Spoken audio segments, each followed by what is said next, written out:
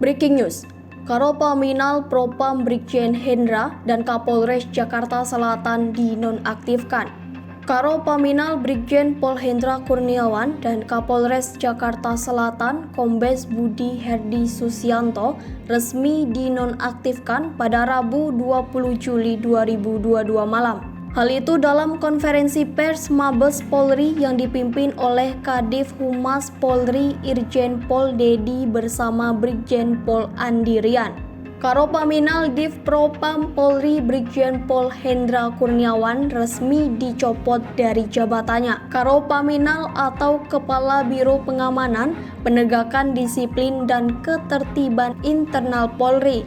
Ia merupakan bawahan langsung kepada Kadif Propam Polri. Sama halnya dengan Kapolres Jakarta Selatan Kombes Budi Herdi Susianto. Keduanya resmi dicopot dari jabatannya terkait kasus kematian Brigadir Nopriansyah Yosua Huta Barat atau Brigadir J. Sebelumnya, Kapolri Jenderal Listio Sigit Prabowo telah menonaktifkan Kadif Propam Polri Irjen Verdi Sambo. Selanjutnya, jabatan Kadif Propam akan diemban oleh Wakapolri Komjen Gatot Edi Pramono. Jenderal Listio mempunyai alasan tersendiri hingga memutuskan untuk menonaktifkan Irjen Verdi Sambo. Untuk menjaga agar apa yang telah kita lakukan selama ini terkait dengan masalah komitmen untuk menjaga objektivitas, transparansi, dan akuntabel, ujar Sigit di Gedung Utama Mabes Polri Jakarta Selatan, Senin 18 Juli 2022. Ini betul-betul bisa kita jaga agar rangkaian dari proses penyidikan yang saat ini sedang dilaksanakan betul-betul bisa berjalan dengan baik dan membuat terang peristiwa yang terjadi. Mungkin itu yang bisa saya sampaikan. Pungkasnya, Jenderal Sigit memastikan bahwa semua yang berkaitan dengan kasus ini akan dikumpulkan guna memproses seluruh peristiwa yang ada dengan pertanggungjawaban secara scientific crime investigation. Brigjen Pol Andirian menjelaskan telah bertemu dengan tim khusus dan telah memeriksa semua hasil dari CCTV. Sebelumnya, pengacara keluarga Brigadir Yosua atau Brigadir J menjelaskan keluarga tak bisa hadir dalam penyampaian hasil autopsi dari Mabes Polri karena diberitahukan secara mendadak. Sebelumnya minta Brigjen Pol Hendra Kurniawan dan Kombes Budi Herdi Susianto dicopot. Pengusutan kasus tewasnya Brigadir J sebelumnya diwarnai ketidakpuasan. Bukan saja keluarga, publik pun menyoroti cara kerja polisi yang dianggap tidak transparan mengungkap kasus ini. Sudah 13 hari, polisi belum juga mengungkap siapa dalang yang menewaskan Brigadir J. Teranyar, keluarga Brigadir J turut meminta Karopaminal Div Propam Polri Brigjen Pol Hendra Kurniawan dan Kapolres Jakarta Selatan Kombes Budi Herdi Susianto turut dicopot dari jabatannya. Hal tersebut diungkapkan oleh Koordinator Tim Kuasa Hukum Keluarga Brigadir J, Kamarudin Simanjuntak.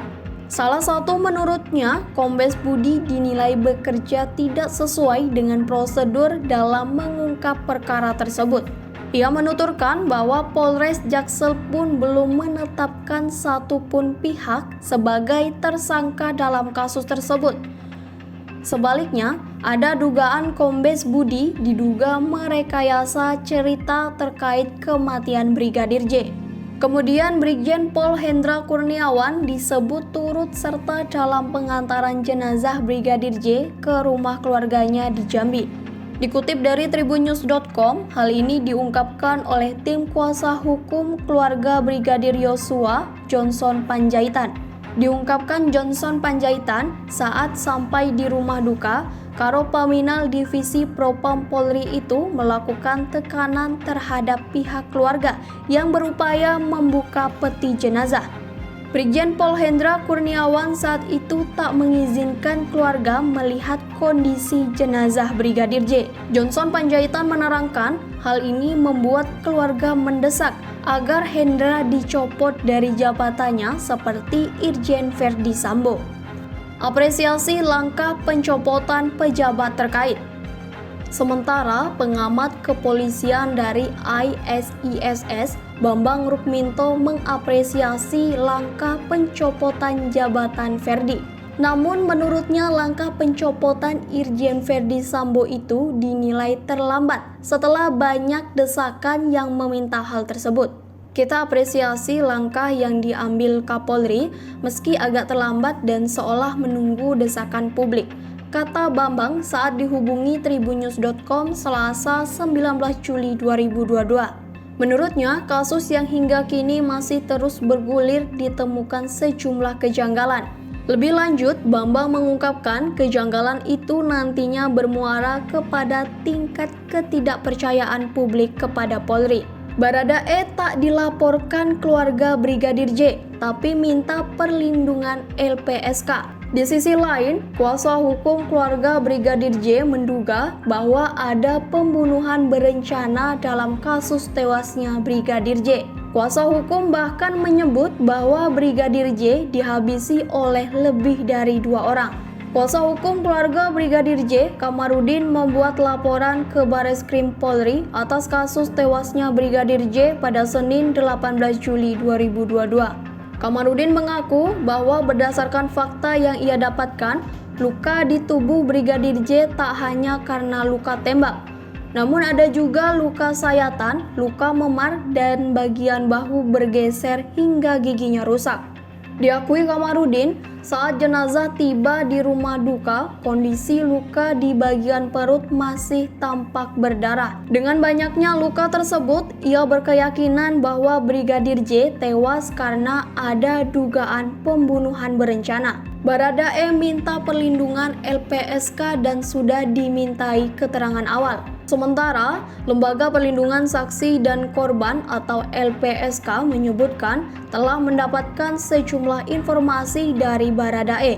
Juru bicara LPSK, Ruli Novian, mengatakan informasi tersebut diperoleh oleh LPSK setelah melakukan wawancara dengan Baradae. Wawancara awal tersebut berkaitan dengan permohonan perlindungan yang diajukan Baradae.